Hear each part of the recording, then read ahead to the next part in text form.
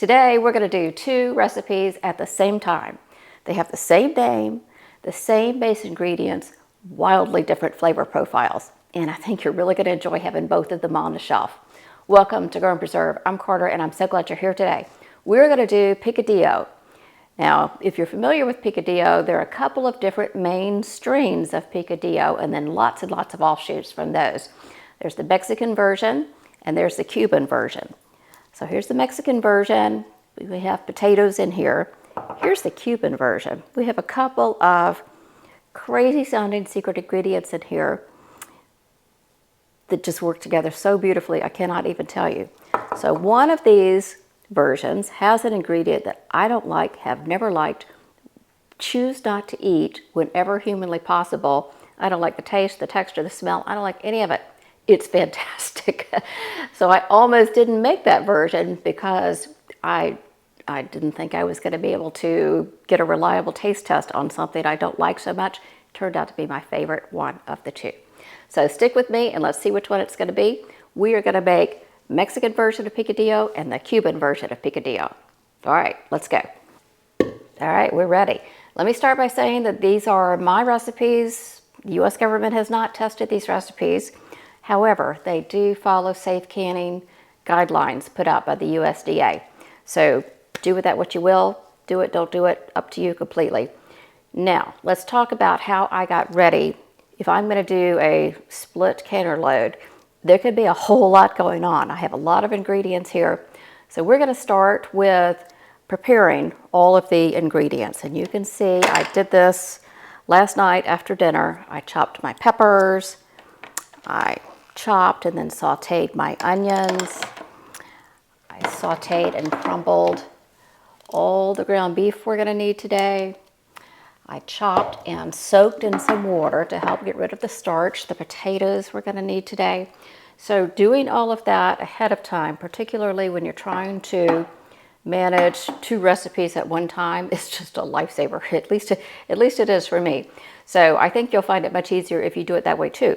We are going to do a cold pack on these. I'm going to start with one bowl. We're going to start with the Mexican version first, and we're going to mix up the sauce, I guess, if you will. And then we'll add the beef and the potatoes and mix it all together. Put those in the jars. We'll have 4 jars of that, 4 pints of that, and then we'll move on to the Cuban version. And we'll put that in a bowl, mix it all up, and put that in the other 4 jars, and then we'll start the pressure canner. All right, so I'm going to bring you down here, and we're going to get started with the sauce, with the flavor part of this one. Okay, as I said, we're doing the Mexican one first. We're going to start with the peppers.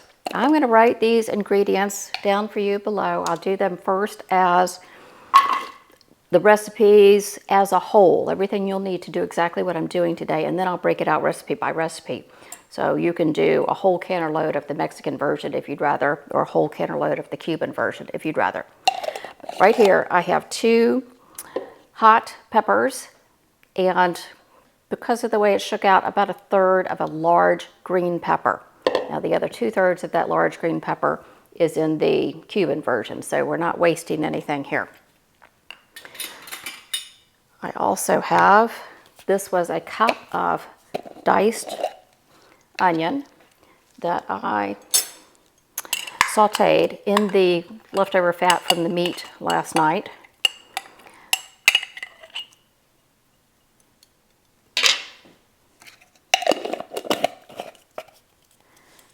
We're going to add some garlic, 4 cloves of garlic.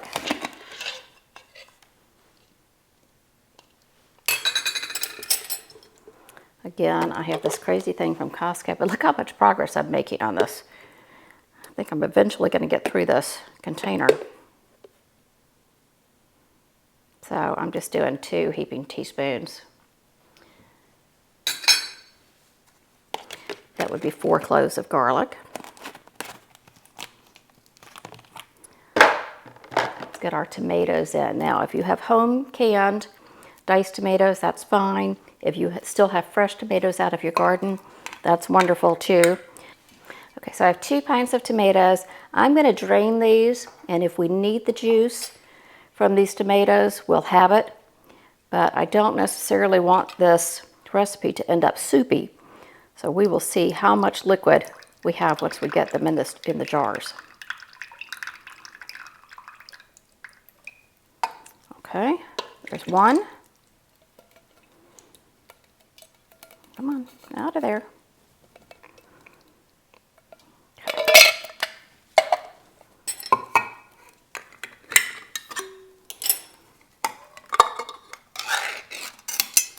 And we'll drain this one.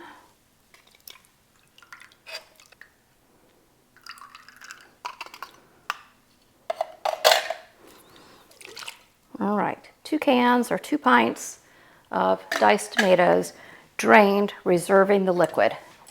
Okay, the next thing we're going to do is about a teaspoon of tomato paste.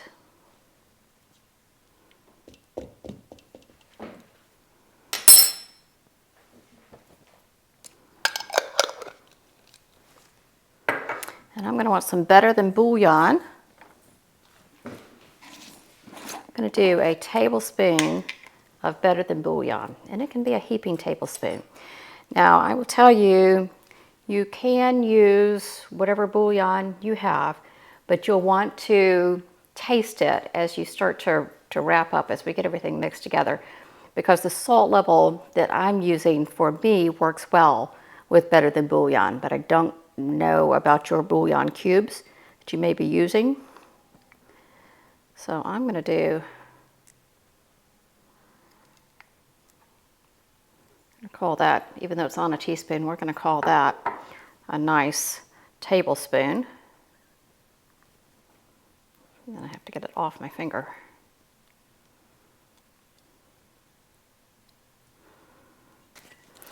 Okay, better than bouillon is in there. Let's go ahead and add the seasonings now. We have salt.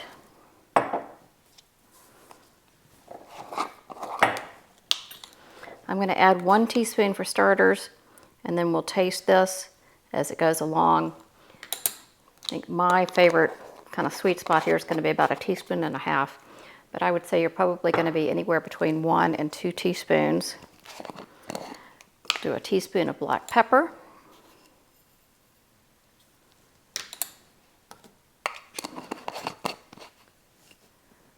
Do a tablespoon of cumin.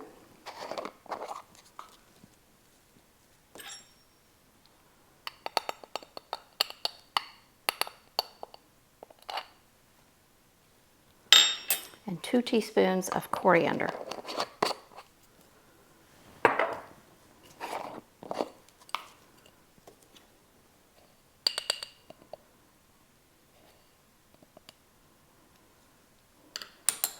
All right, let's get this mash of craziness all mixed up. I'm going to pay particular attention to getting the better than bouillon mixed through.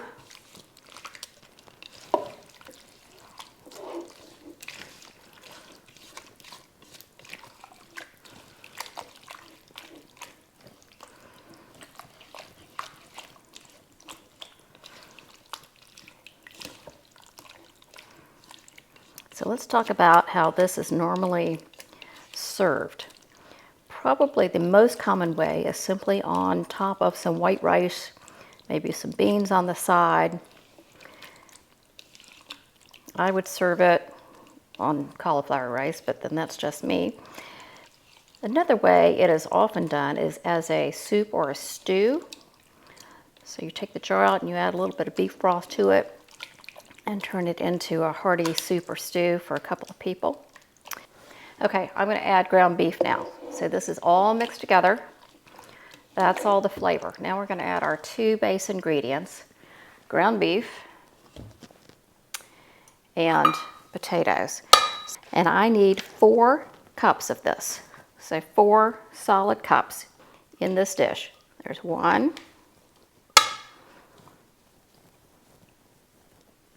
2,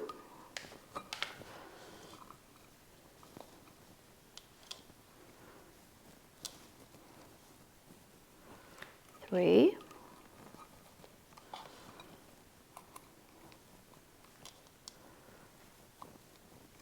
4. this mixed in.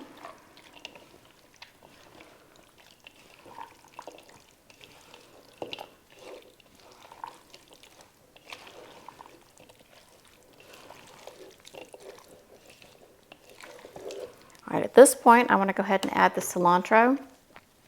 This is 2/3 of a cup of fluffy diced cilantro.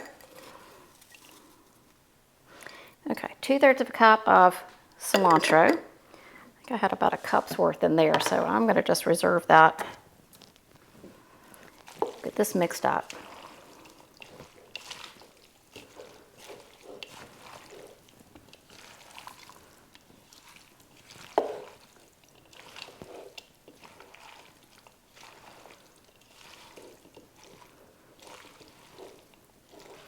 All right, now at this point, you don't have anything in here that you can't just taste. So before we add the potatoes, we're going to take a taste for salt, particularly. And remember that when you add the potatoes, they are going to need some salt too. So at this point, you'd like it to taste a little saltier than you ultimately want it to be. I know that's a hard thing to judge, but that's what we're looking for.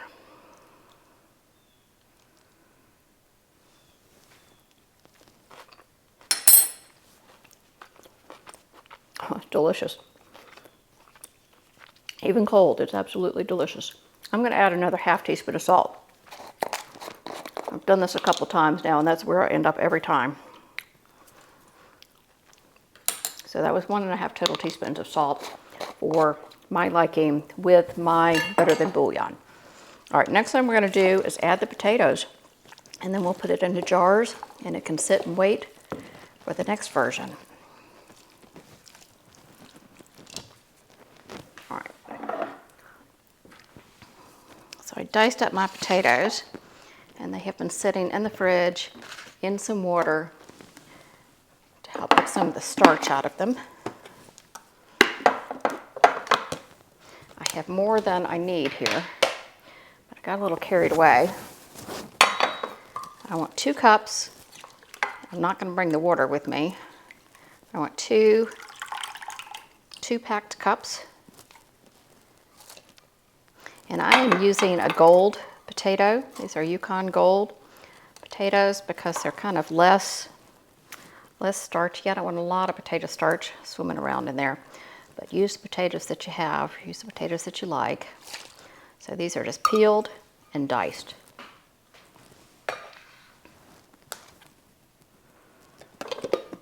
Off those in breakfast tomorrow, maybe. Okay, one last mix.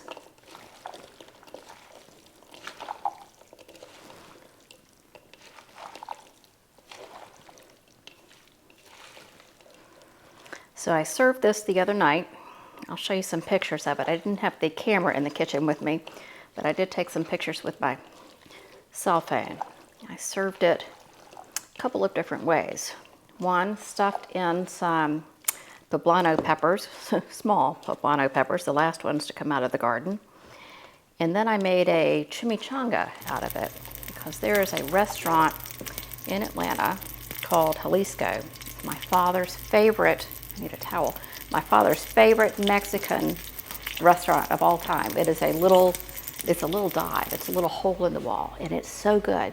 And their chimichanga has potatoes. It's potatoes and ground beef in it and some tomatoes and I don't know what else, lots of wonderful seasonings, of course. That was really the first place I've ever had a potato mixture in a chimichanga.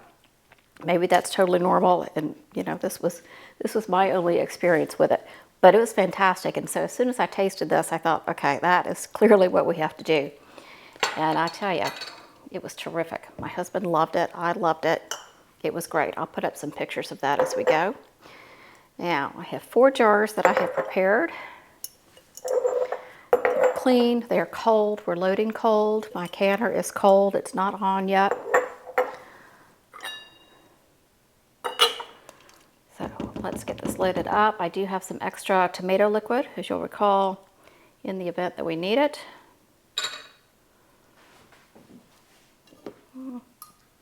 Let's see.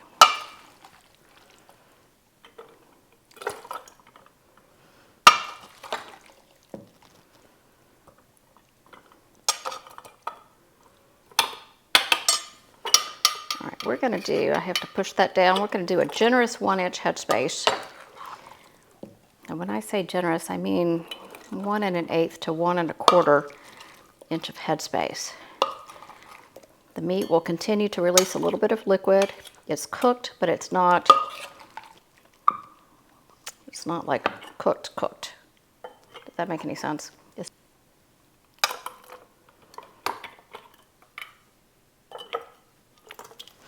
I'm going to get these filled up, and then we're going to pack the jars a little bit.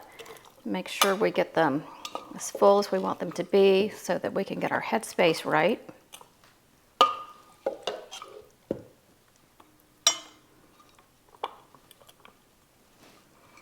Okay, let's get these poked down a little bit.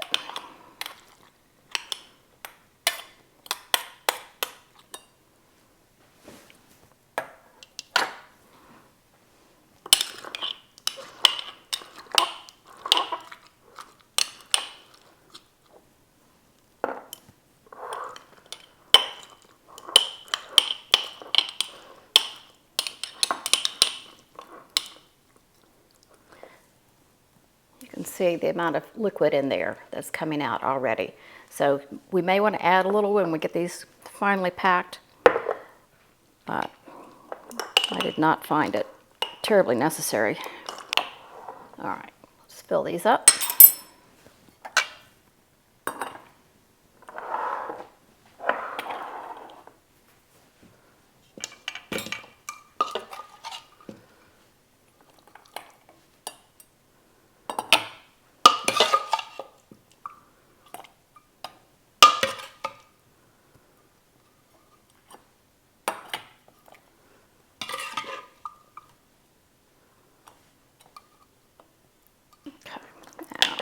I want a generous 1-inch headspace. You can see my liquid is up to here.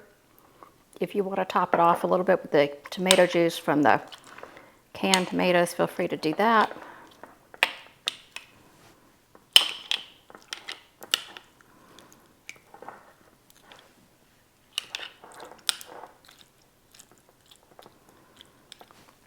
I also have a little bit of liquid down here.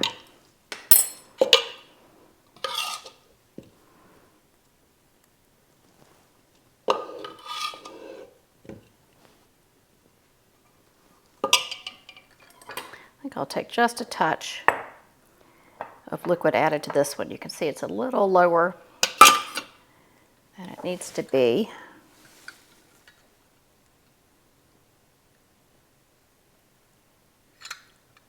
Okay, that's it.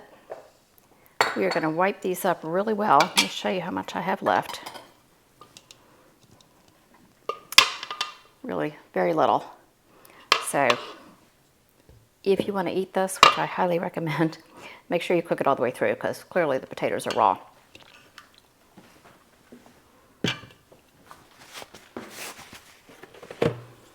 All right, I'm going to clean up these rims really well.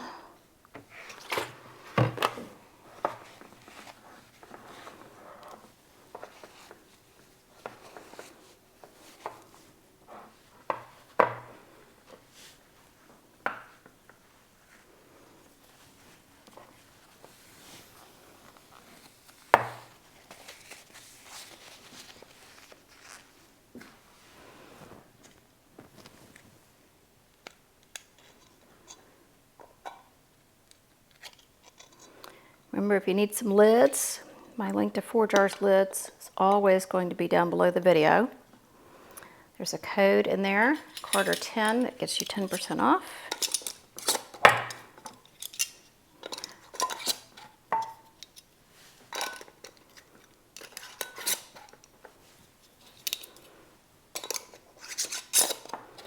Okay, the Mexican version of our picadillo is ready to go in the canner.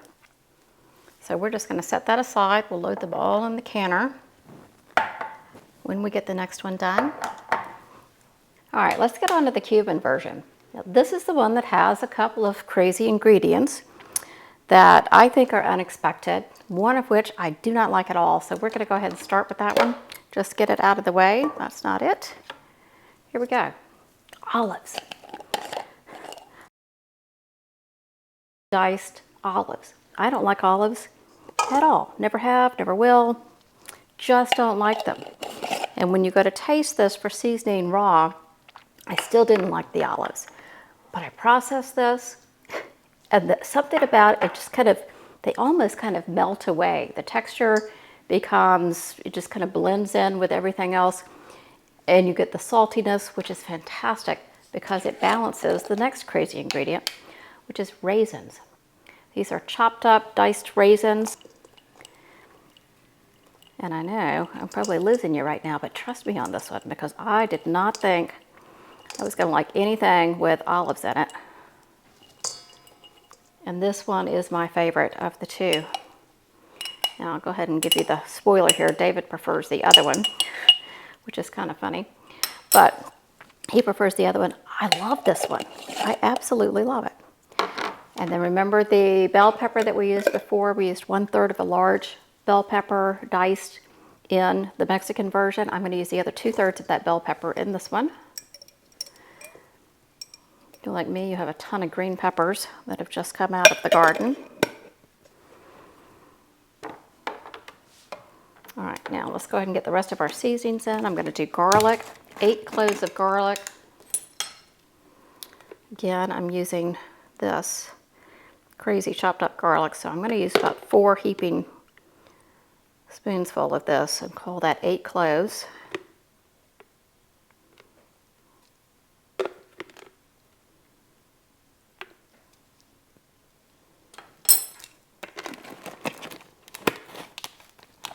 Now tomato paste. I'm going to use 4 teaspoons of tomato paste. I'm sorry, 4 tablespoons of tomato paste. That's about the rest of this jar.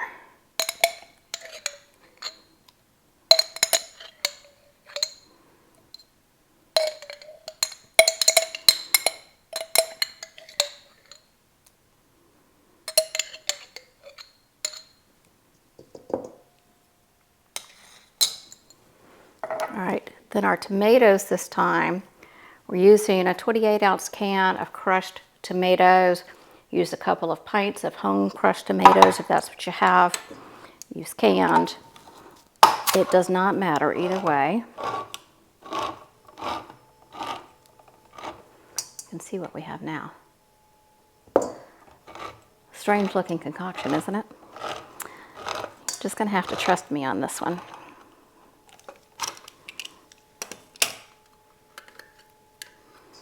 Okay, 28-ounce can of crushed tomatoes. Just pour the whole thing in.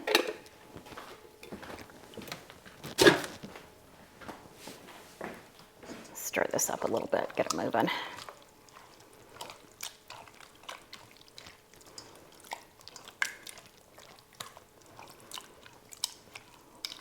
Olives and raisins. It sounds crazy. I looked at so many different recipes as I was compiling what I wanted to do. And the ones that follow the Cuban strain all had olives and raisins. So, all right, well, there must be something to it. And turns out there really is. Okay, let's get our seasonings in now. Cumin, 1 tablespoon of cumin.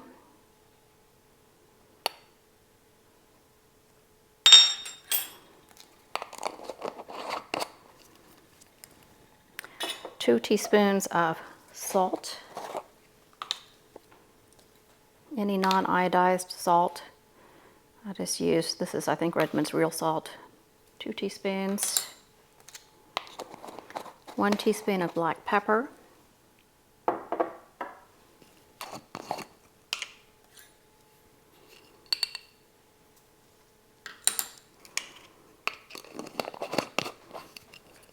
Now, let's move on to some very different seasonings. Cinnamon. We're going to do a teaspoon of cinnamon. If you are really looking for some different flavors on your shelf, this one is great. All the different seasonings in this just combined so well. Do a half teaspoon of nutmeg.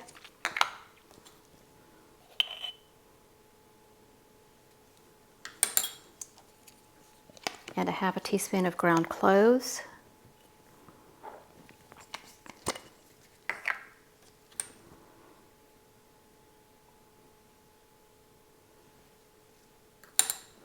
and some red wine vinegar.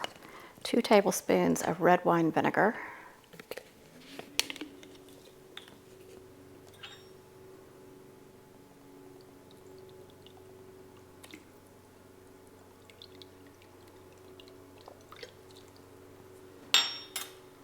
All right, we'll get all that mixed up. That's all the flavor components of this. And then we'll add our ground beef.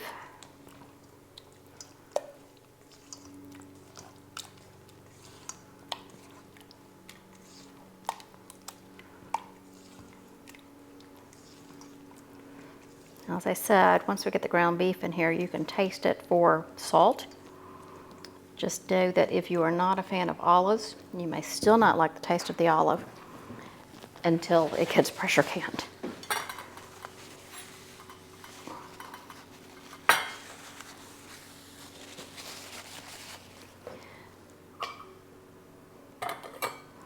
Okay, so this is how we're looking.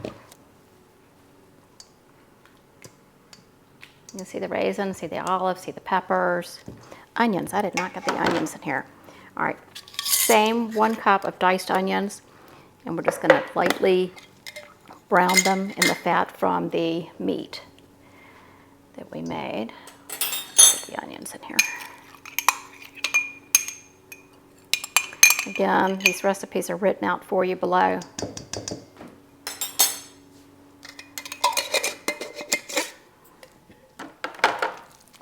All right, now get that mixed up and ready to go.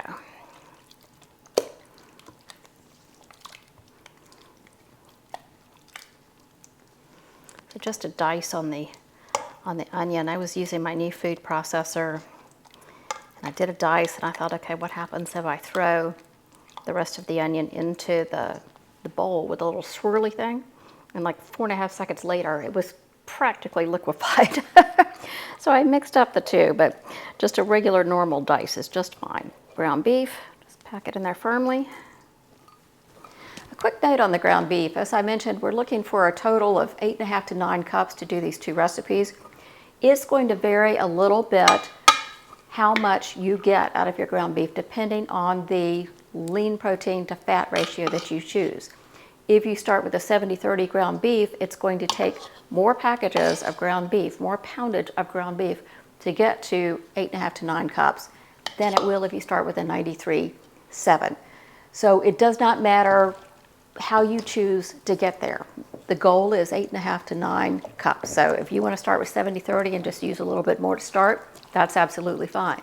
If you have 93-7 and decide you don't need the full 4 pounds, which you probably won't, that's just fine too.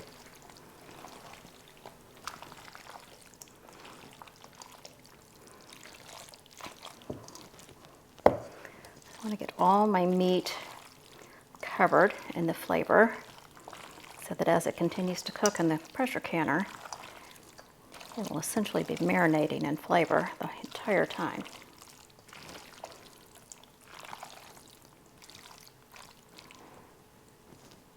All right, there we go. I'm going to take a little taste. I need a clean spoon. This one's clean. And I'm going to try to avoid an olive.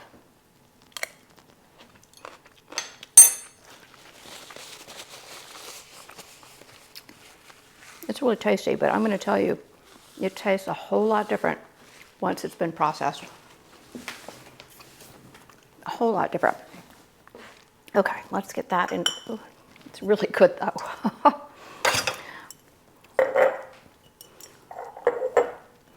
gonna pack these jars the same way we did the last one.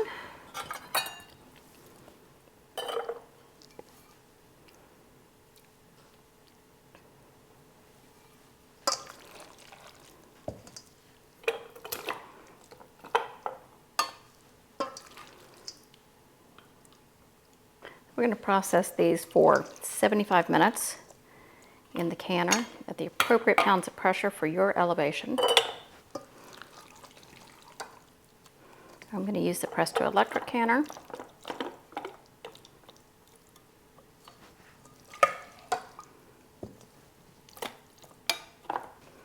All right, same way we did before. Let's get these pressed down in here. I'm looking for any big air bubbles down here. Just debubble those. And I do find that the spoon is the easiest way to debubble these rather than something long and straight.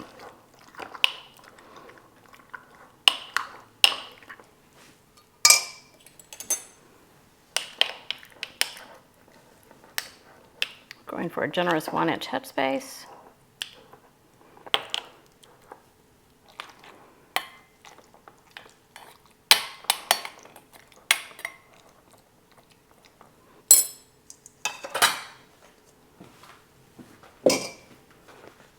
Really good job cleaning up the rims.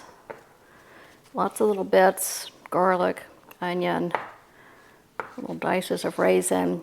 Anything could get stuck on that rim and prevent a seal for you.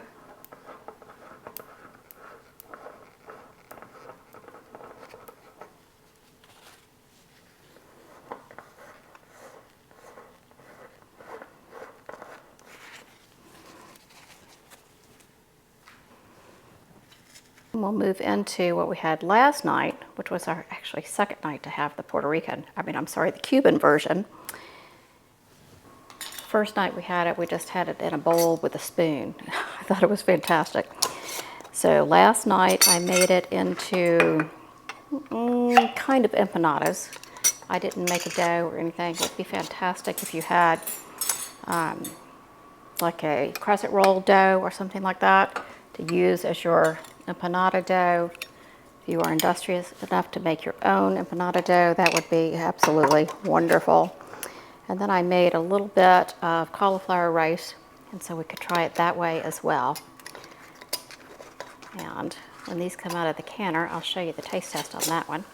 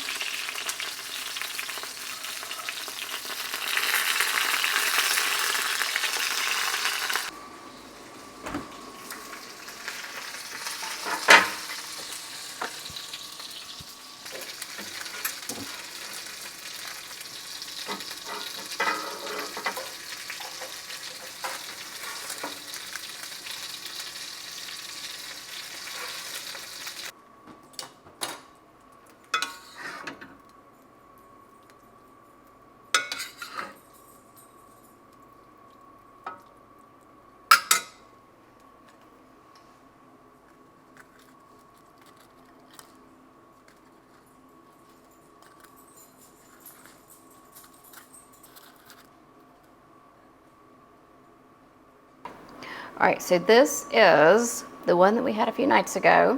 This is the Cuban version. Right. I have it served two ways. First on cauliflower rice. Right. Second as a, what do you call them? Empanada. Empanada. Okay. All right, good girl. All right, second as an empanada. All right, what do you want me to try first? Your choice. So last night we had the Mexican version. That and was we really had that. good. Yeah, we had that two ways. We had it in a poblano pepper, Right. and we had it in a chimichanga. I liked it in the chimichanga a lot. Pepper was good, but chimichanga was really good. So let me try this, right? Yeah. I like it. On the cauliflower rice, it's good. Normally it would be served on top of rice. Right. Or in an empanada. Right. And last night's dinner would normally be served either on rice or add some broth and make it like a super stew. Oh, really? Yeah.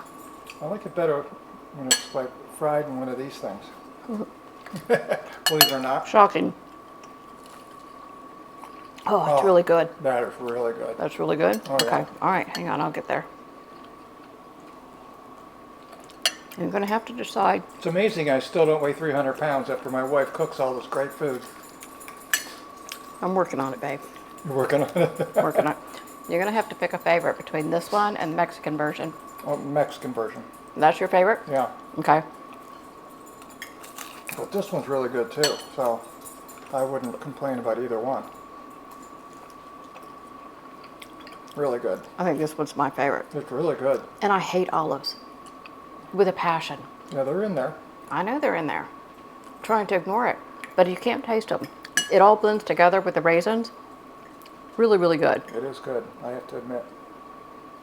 You still like the Mexican? I like this one better.